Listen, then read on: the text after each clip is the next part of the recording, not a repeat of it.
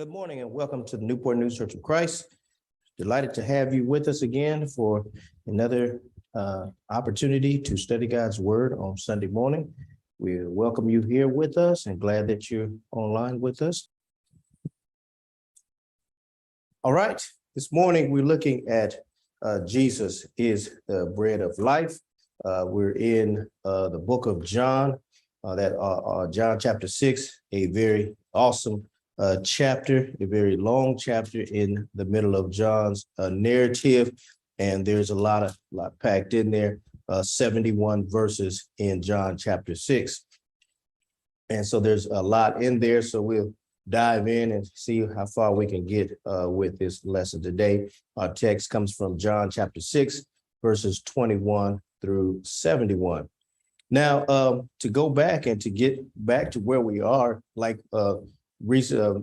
several weeks ago, we talked about Jesus on a busy day. We looked at a very sample of one of Jesus's busy days, and we know that Jesus packed a lot into every day he lived, and we have the recordings of those things he did. John would tell us that, many other signs truly did Jesus do in the presence of his disciples that are not recorded in this book, but these are written so that we might believe and we have life through his name.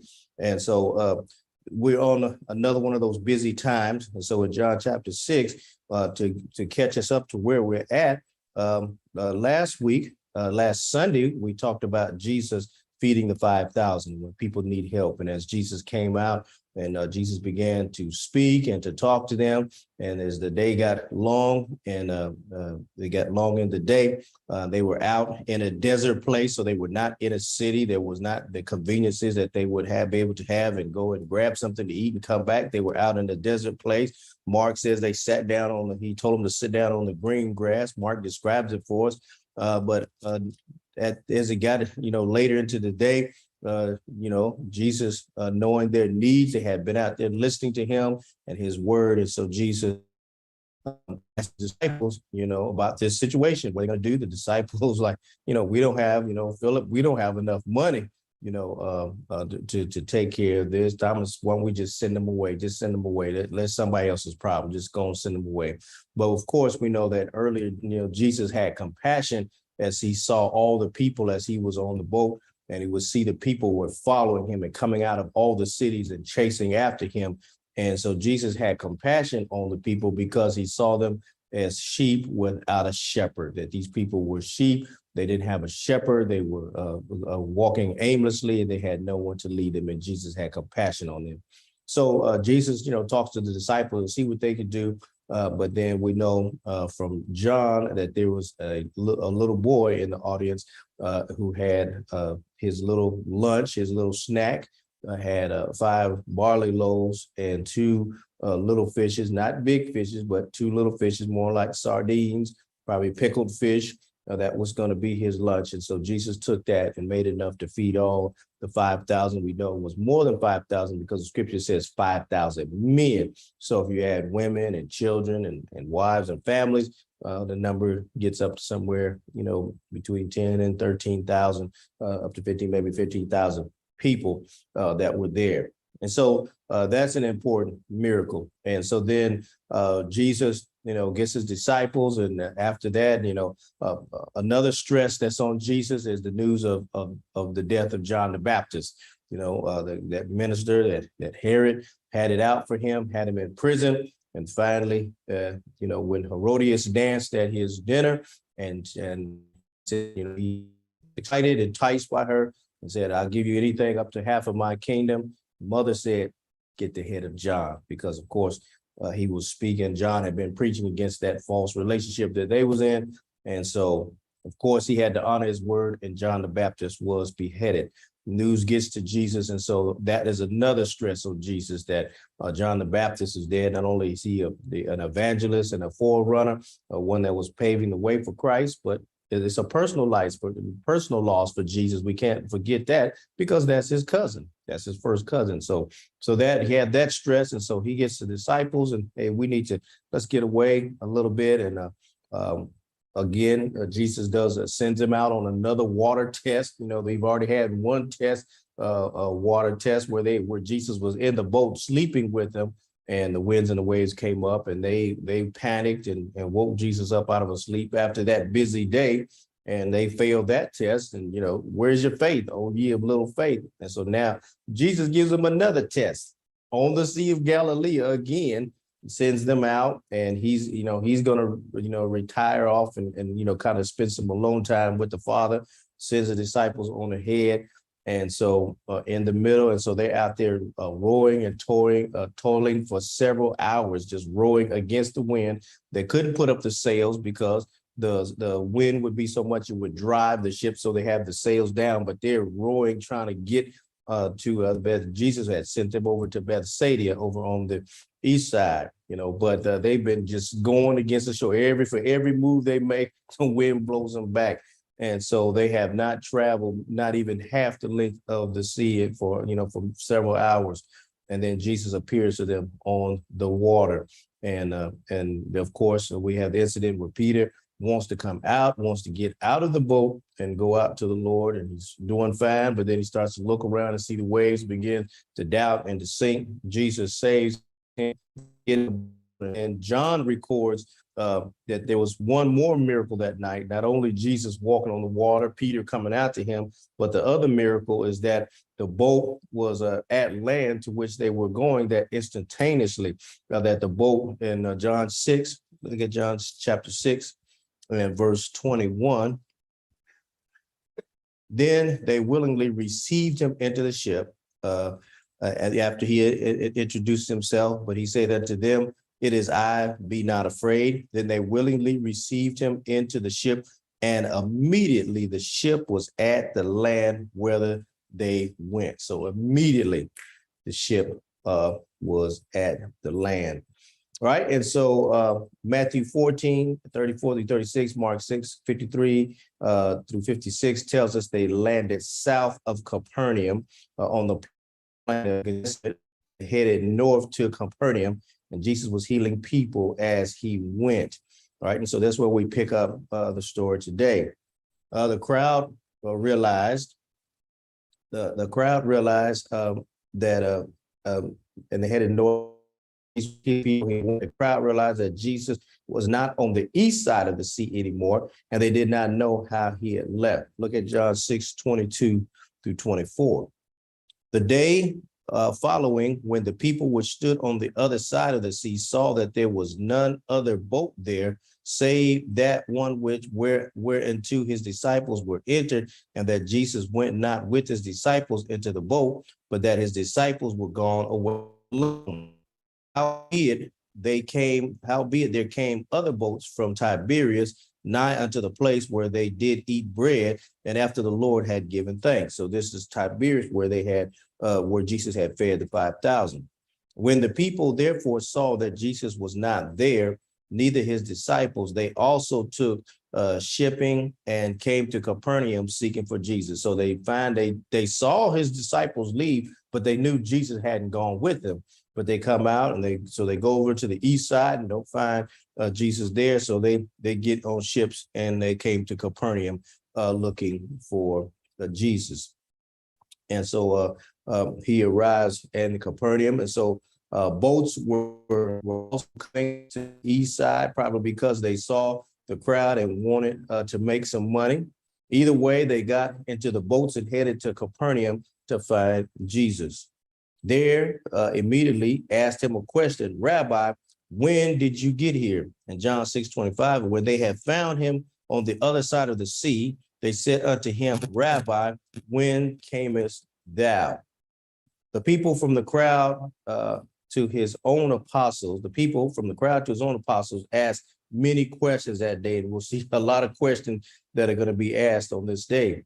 And it seems that Jesus used this opportunity to test the faith of his followers.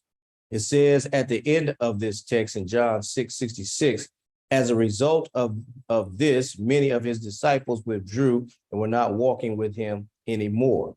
Today, we're going to review the text while looking at how Jesus tested his followers.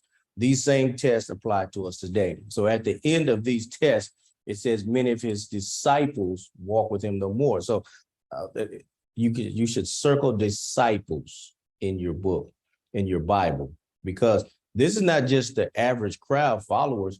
Remember, we single out the 12 that were with him, those he called and chose to be with him, but there were many others that were disciples that followed along in the crowd, those who were disciples of Jesus. And so those were some ardent followers that were following after Jesus. What we would call it today, we would call it an entourage. So Jesus had his own kind of an entourage of a group of people that followed him. And so it's clear that after this day, what Jesus is going to, some of the tests and some of the questions are going to thin out that entourage of those close followers. And so it says, many, as a result of this, many of his disciples withdrew and were not walking with him anymore. So, yes, Brother Evan.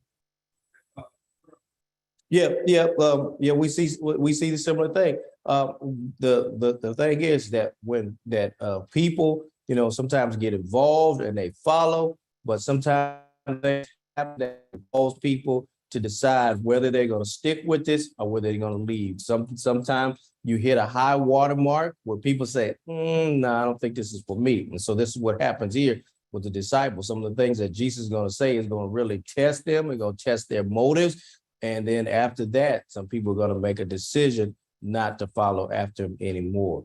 And so we're going to see, as the lesson says, these same tests apply to us today. All right.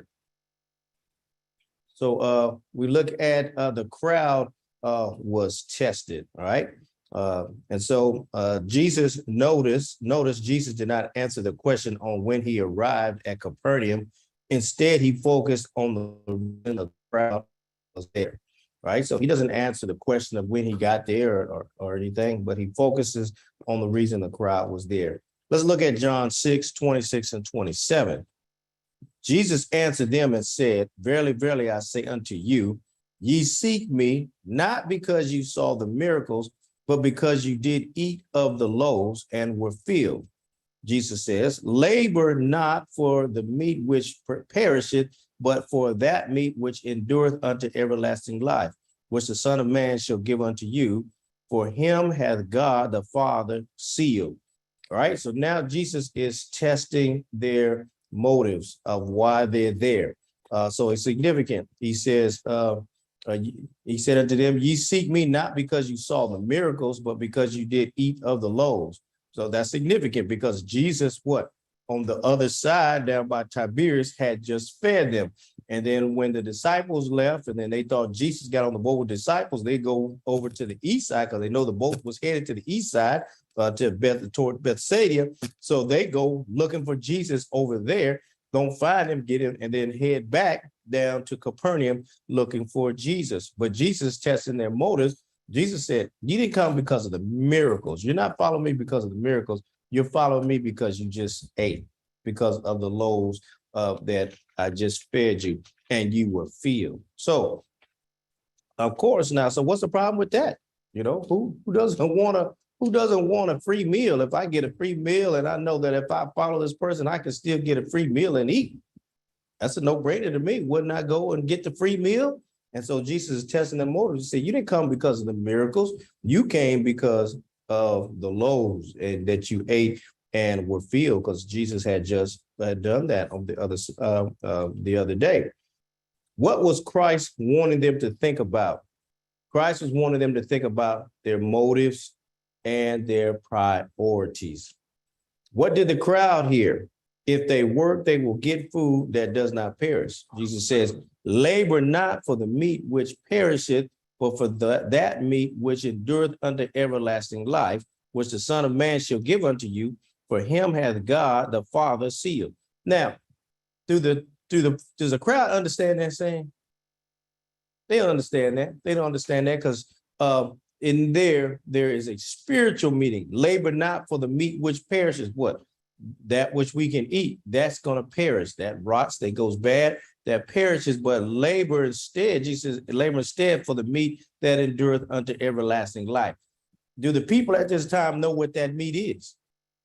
No, they don't know what that meat is. They don't know. They don't understand what that meat is. Labor not for the meat that perishes, Okay, Jesus, tell us how we're going to work for this meat, you know.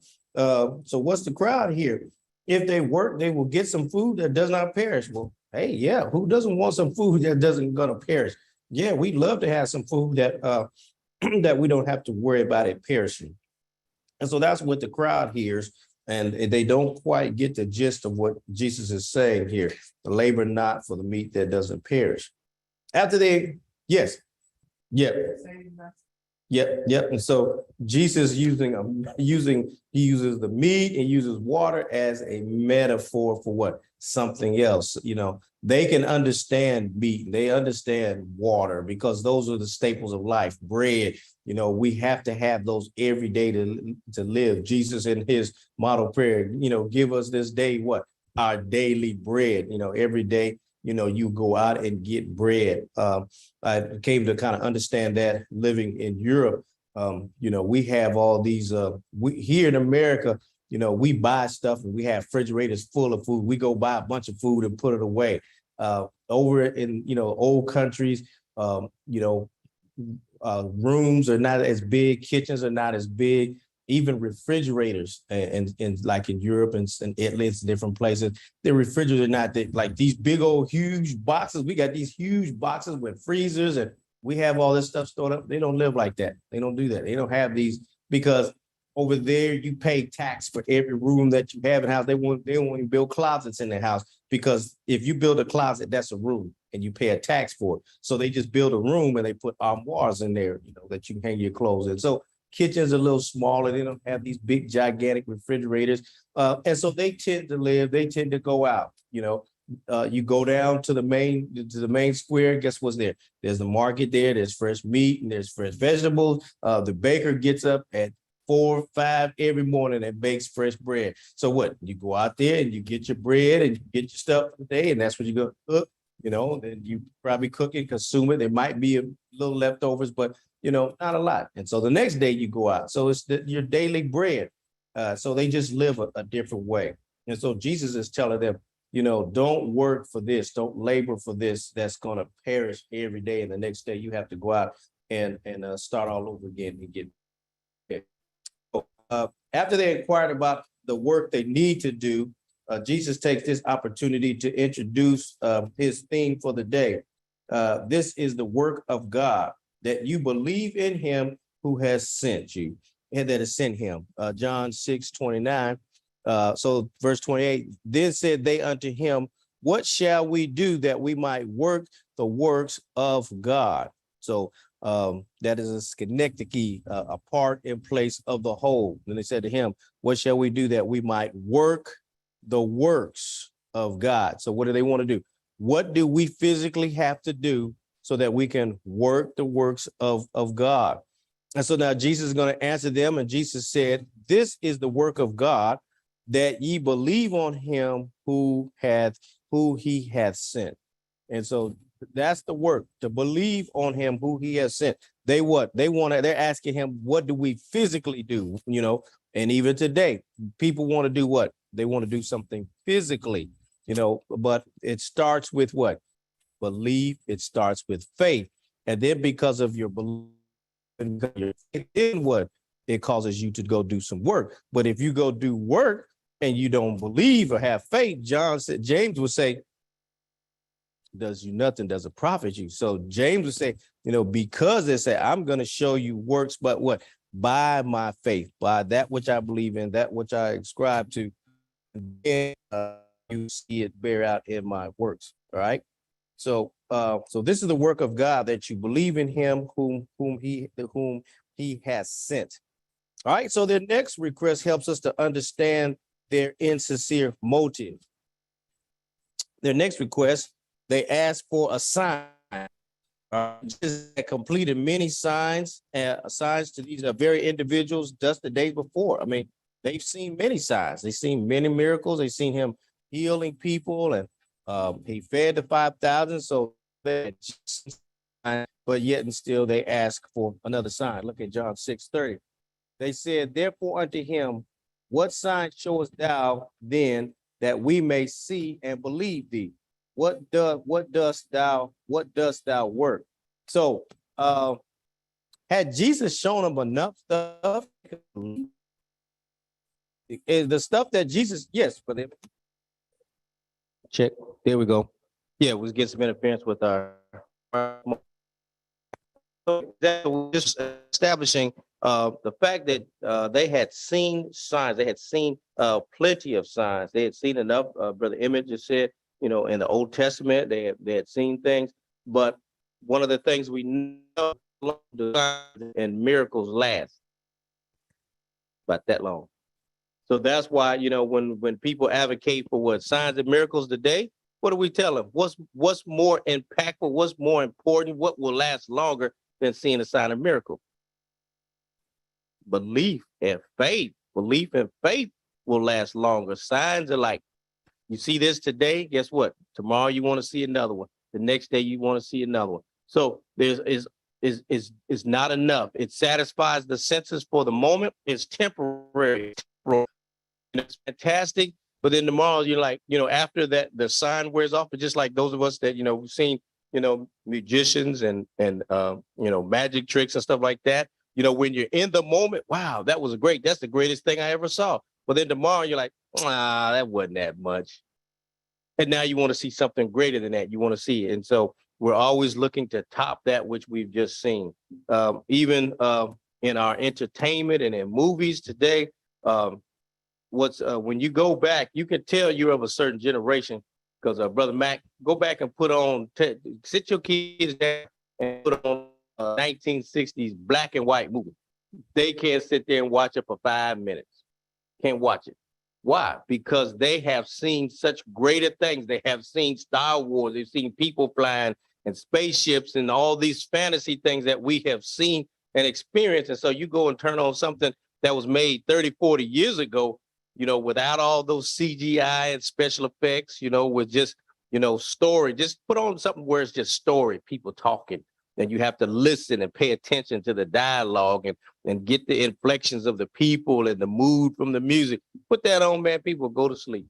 Can't watch it. Why? Because our brains have been, expanded. We're used to seeing something change every 20, 30 seconds. We're used to this quick, rapid motion, quick fire. And so now we're always, movies, we're always trying to top ourselves. We're trying to make it better. A amount of the movies that are out of what? Movies that are remakes. Like, oh, we saw that 30 years ago. Because the studios, they're running out of ideas.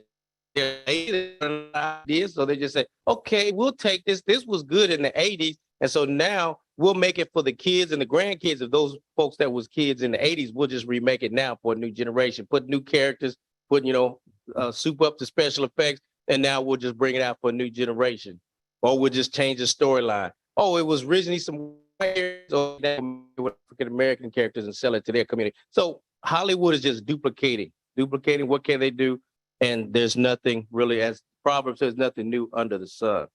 So the effect of these things that they've seen would not last very long. They would see something, they would want to see it again. They ate, guess what? They want to eat another free meal. Did those things help them to believe? Did it lock in their faith when they see like this was the Son of God, that they should believe and follow him? No, let's see a sign. So in John 6:30, Jesus had completed many signs to these individuals just the day before. They just saw it. But now here's the next day, they're acting like they hadn't seen Jesus do anything, like they hadn't seen a sign. Show us a sign, show us a miracle. So Jesus exposing their motive. Y'all are just thrill seekers. Y'all are here for the food or here to see the sign, but you don't have any real belief. So Jesus is testing their motives. Then they reference the manna their fathers used to get in the wilderness, John 6:31.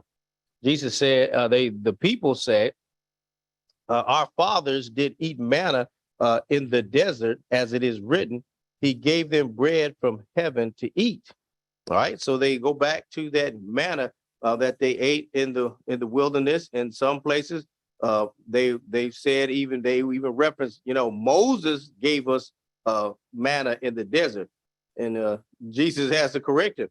Moses didn't give it to you. Moses was a direct instrument of God used to get things for the people, but Moses didn't give it to. Who gave him that manna from heaven?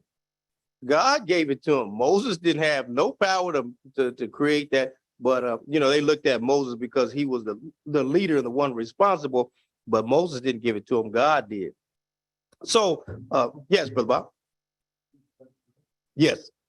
Yep. So yeah, they go back and reference because how long did that manna last? How long? That was every day for how long? How long were they out there in the desert? They they could have got to their destination in 40 days, but because of their unbelief, he said, "Okay, 1 year for and so he turned it into 40 years." But yeah, so yeah, he continually fed them. So yeah, they're looking for a continual handout. All right, and so then Jesus then told them about the true bread. Jesus tells them about the true bread. After this, we look at the verse, verse 4. In verse 31, our fathers did eat manna in the desert as written. He gave them bread to eat from heaven. Verse 32, then Jesus said unto them, verily, verily, I say unto you, Moses gave you not that bread from heaven. So now he corrects them. Moses didn't give you that bread from heaven, but my Father giveth you the true bread from heaven. For the bread of God is he which cometh down from heaven and giveth life unto the world. So Jesus then begins to tell them about the new bread. He then explained that same God can give true bread from heaven today. So the true source of the bread that they, as they reference their fathers, their ancestors, the real true source of their bread was Moses. Was God. It was not Moses. Moses didn't give them that bread, but God was a true bread. And so just like he gave them in the desert bread, can he give them bread now? Yes, he can give them bread, but it wasn't going to be, was it going to be a physical bread that they could eat? No, it's going to be a spiritual bread that was going to take care of their spiritual need. So then he explained that same God can give them true bread. So look at the distinguish. They look at the bread or the manna that they got, but Jesus says, my Father will give you what? True bread. This is going to be bread that's going to really feed you. This is going to be bread that's going to sustain you. The bread in the manna that they got in the desert, what was some of the unique provisions of that bread? Yes. Okay. Yeah. So they.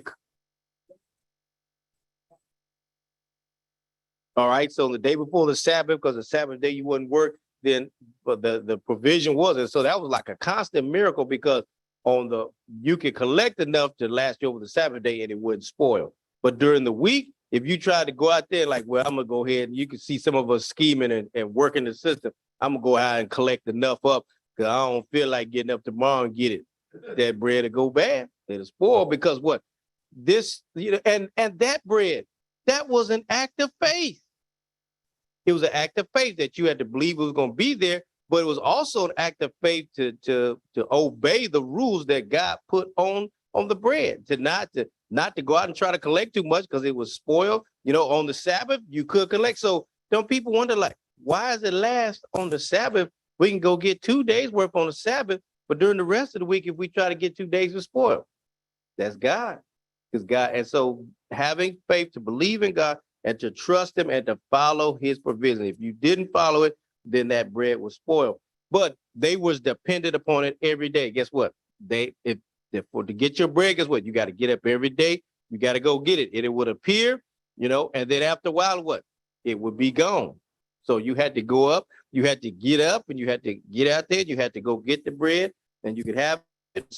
That was a unique thing that they had to give the bread, get to how they had to get that bread. But now Jesus is talking about a true bread that's going to come down from heaven, that's going to last. You won't have to get up every day and go get this. You won't have to go seek this bread all the time. This bread is going to come down. It's going to be a true bread. It's going to be different from that bread that y'all got in the wilderness. All right. This bread gives life to the world. John 6:33. Jesus said, for the bread of God is he which cometh down from heaven and giveth what? Life to the world. Jesus said, I come that they might have life and that they might have it more abundantly. That's the whole purpose of Jesus coming, is to do what?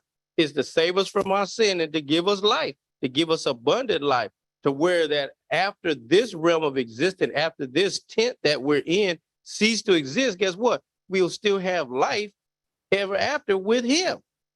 So that's what he's come to give us, an abundant life, and that we would have life. And gives life to the world, as Jesus would say, John 6:33.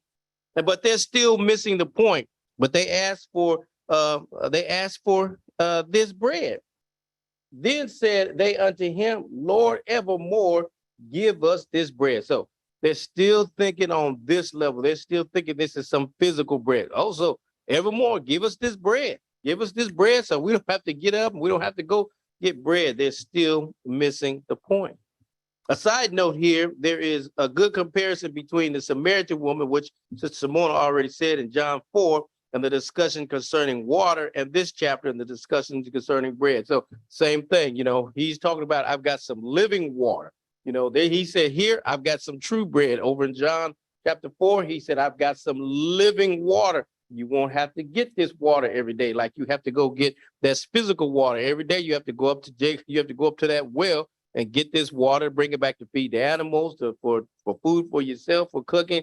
But he said, I've got some water. You won't have to do this. But she's still thinking, well, give me that water. Give me that water. No, this water is a spiritual water, And so Jesus uses that water as a metaphor, just like he's using this bread as a metaphor.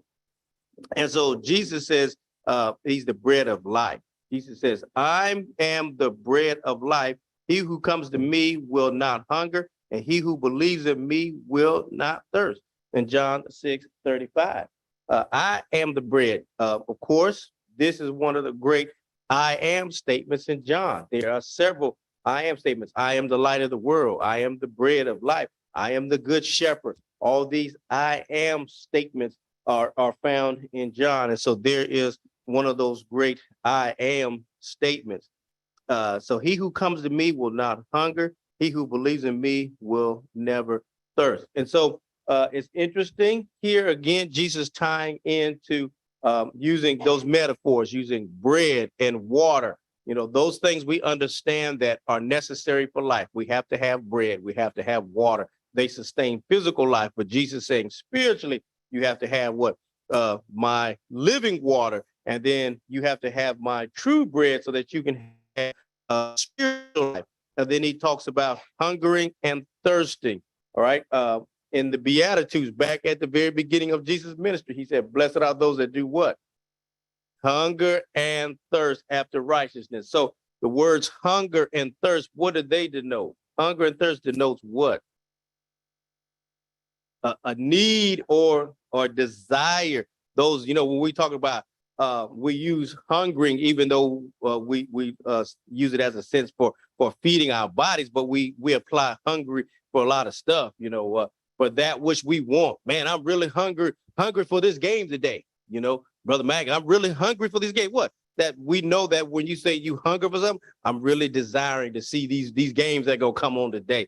I'm really hungering to get this. And so man, I'm really thirsty for that. So we use hunger and thirst as some metaphors for other things that tells us that we have a desire. I'm really hungry for this. Man, I'm really thirsty. Even in our vernacular today, we use it in relationships. If somebody likes somebody too much, we say, oh, they thirsty. They really thirsty. Well, what are they? Well, that means they like somebody too much. They have a desire for somebody that's a little too much, and that desire is not being returned to them. So we call you thirsty. So we use these terms. And so Jesus used hunger and thirst as a symbol of that which we desire. Are we hungry? And so, yes, we're hungry and thirsty for our regular food, but Jesus is saying, blessed are those that hunger and thirst after what? Righteousness. We should be hungry. We should have a desire. We should be thirsty, something that we should always be hungry and desiring of God's righteousness. We should be thirsty for, and then we're going to be filled up by what? By the true bread and the living water. That when we have a thirst for righteousness, then we will feed off the true bread, which is what? God's word, that which he said is bread, and it brings life to us, and the true water from God's word as well. So This statement here, as we said, is the first of the seven I am statements in John.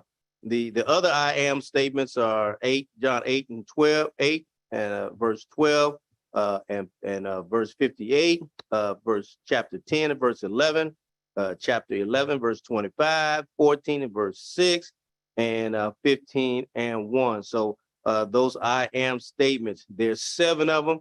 It'd be a neat thing to go in and put those all in your memory, those seven I am statements. So Jesus stayed with his theme, you must believe. Look at John 6, 35 and 40. And just John 6, 35, he said, unto them, I am the bread of life. He that cometh to me shall never hunger, and he that believeth on me shall never thirst. You have to come to him. You will never be hungry. You know, not hungry for physical food, but hungry for what? Those what you need to sustain you physically, spiritually in life. He that believeth on me, if you have faith and you believe on me, guess what? You will never thirst. And so Jesus is coming to satisfy not our physical hunger, even though he took care of their physical hungers because he had taught them all day when he fed the 5,000. But Jesus ultimately is concerned about their physical hunger and their spiritual hunger and their spiritual thirst. Yet, and then also verse 40, Jesus said, and this is the will of him that sent me, that everyone which seeth the Son and believeth on him may have everlasting life, and I will raise him up in the last day. So again, Jesus emphasizing belief. Jesus stayed on this theme of belief, as we just saw in those verses. Yet sadly, even though they had seen Jesus, they still did not believe. John 6:36. But I said unto you that ye also have seen me, and you believe not. So all those physical miracles and physical things feeding them, did it help them connect belief to them? It didn't. But these folks that he's talking to, the crowd that he's revealing their motive, it didn't help them believe. And so we look at people today that want to, hold on to those miraculous type of things and those things. They don't help. As they did it. If they were there with the Messiah and it didn't help them believe, how you think it's going to help people today? When we're not Jesus, we're not God, we're not the apostles that can do those type of things. And so, how is signs and miracles, Brother Bob, going to help us today when they had the Messiah and they didn't even believe him? He was actually healing. I mean, he did some miracles that they couldn't dispute. Healed blind people that were known. Everybody in the village know this person's been blind all their life. Now all of a sudden they can see, or people that couldn't walk, and all of a sudden they can walk. So he's done these miraculous things, and then, but yet and still the people didn't have any belief in them, and did not believe who Jesus was and what he did.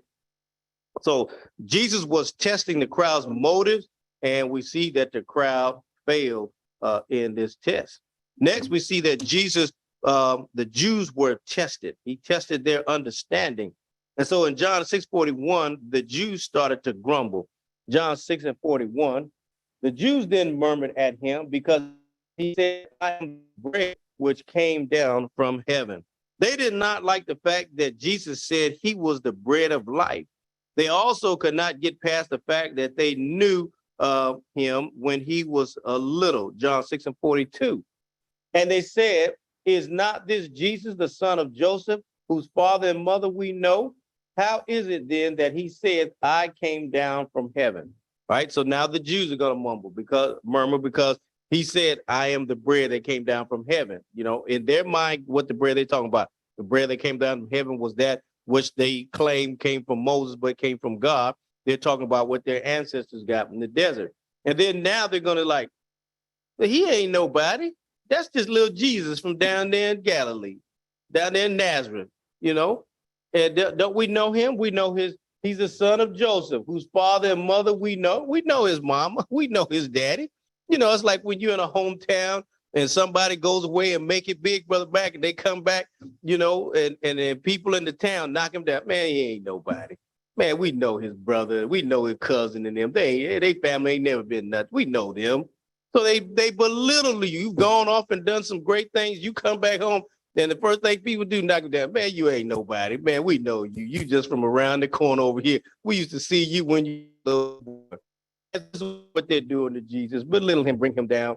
And they said, is this not this Jesus, the son of Joseph, whose father and mother we know? So now how is it? We know him. We know his people. Now Jesus is in Capernaum. Nazareth is just down the street. So he's on this side of the Sea of Galilee. Capernaum here off the coast, but now not too far. So they know him. Jesus is from that area. They know him. They know Mary. They know Joseph. And so, but now how is it he says he came down from heaven? Again, revealing their what? Unbelief. Revealing their unbelief. Now, haven't he shown enough things that they could go back in the prophets, go back to Isaiah, and like Isaiah said that he would come and do these things? Hadn't they gone back and read Isaiah? Isaiah said he's going to come. He's going to do these things. Now, this man come, he does these things, but they can't accept it because they have to make him common. He's just from down the road. He's just from Nazareth. We know his mama. So how can he claim he came from heaven when we know his mama and daddy? They're stumbling over the fact. They are keeping Jesus grounded by his what? His humanity. Because we know his mom, we know his dad, he just from down here. And so how can this man all of a sudden say he came down from heaven when clearly we know who his mom and dad is and we know where he came from? So they're keeping him grounded by that. And in fact, it's their unbelief. Jesus strengthened his argument, though, through his claim to be the bread of life. Look at John 6:43. Jesus therefore answered and said unto them, murmur not among yourselves. No man can come to me except the Father which has sent me draw him, and I will raise him up at the last day. It is written in the prophets, and they shall all be taught of God. Every man, therefore, that hath heard and have learned of the Father cometh unto me. Jesus taking back to the prophets. Everybody that's what? Heard and learned have to do what? Learned of the Father, you have to come to where? He said, you have to come to me. It's been written in the prophets. Not that any man has seen the Father, save he which is of God hath seen the Father. He said, I've seen the Father. Verily, verily, I say unto you, he that believeth on me have everlasting life. I am the bread of life. Your fathers did eat manna in the wilderness, and they're dead. This is the bread which cometh down from heaven, that a man may eat thereof and not die. I am the living bread which came down from heaven. If a man eat of this bread, he shall live forever. And the bread that I will give is my flesh, which I will give for the life of the world. Right now, Jesus is really getting into some deeper waters here. The bread that your fathers ate in the wilderness, that manna, guess what? It helped them to sustain their physical life, but where are they all now? They're dead. All your relatives are dead. They ate that bread. Yes, it did help them sustain their physical life, but eventually they would die. I'm the true bread that come down from heaven, that if a man eateth of this true bread, guess what? He will have life. And Jesus not just talking about what? Physical life, he's talking about what? Eternal life. He's talking about spiritual life. Jesus came that we might have abundant life, and that spiritual life. It starts here, but it continues on into eternity. So Jesus to strengthen his argument through his claim to be the bread. He concludes with the references not only was he the bread of life, but they must eat of him. Now, of course, using our metaphors again, we talk about hunger, it refers to having a strong desire, thirst, having a strong want, a strong need, just like when you're thirsty for water, you've got to, when you're out on a hot day, you need something liquid. You need some water or some Gatorade. You need something to put back in your body. And you need it because what? Your body is telling you need it, Brother Bob. You start to hurt and you start to have a headache and I'm dehydrated, and what happens if you don't go take care of that need on a hot day? What happens if you don't take care of that thirst? You're going to get sick. You're going to pass out. If you go too long, you're going to reach a point where it's not going to help you. So, you've got to go take care of that thirst. And so the Jews Jesus uses that. But now Jesus is going to say, you have to eat of me, and so eat of me. What is it? What is that? They're looking at physically, but what do we say? We need to eat of something. We need to partake of something. What does it mean? What's the metaphor there? Okay, with the teachings, but to eat of something, to digest it, to take it in. So it's not only just, refers to physically eating something, but we say, hey, I need to go eat on that. I need to chew that. I need to take it. We're talking about what? A way of taking it in, a way of to eat of something is to do what? Is to receive it, is to receive something and to take it in. So that's Jesus using the word eat, but the word he's conveying the meaning that, if you don't eat, if you don't partake, if you don't take it in, you're not going to have any part of me. All right.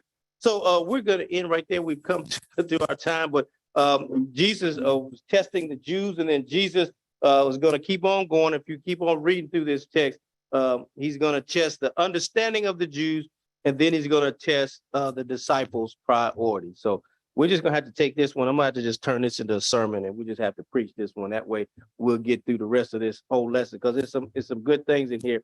So anyway, we appreciate your attention, but go through and read John chapter 6. We'll have to bring this to you in a sermon at some point, because this is some good material here.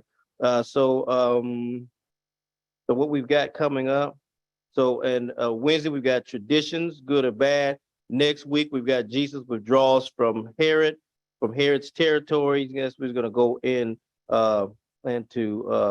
Samaria, and then we have Jesus feeding the 400 men. So we've got those are the next couple of lessons that are coming up. So anyway, we're 5 minutes over. Anyway, we'll dismiss and we'll get ourselves ready for the morning worship. We thank you for your attention this morning.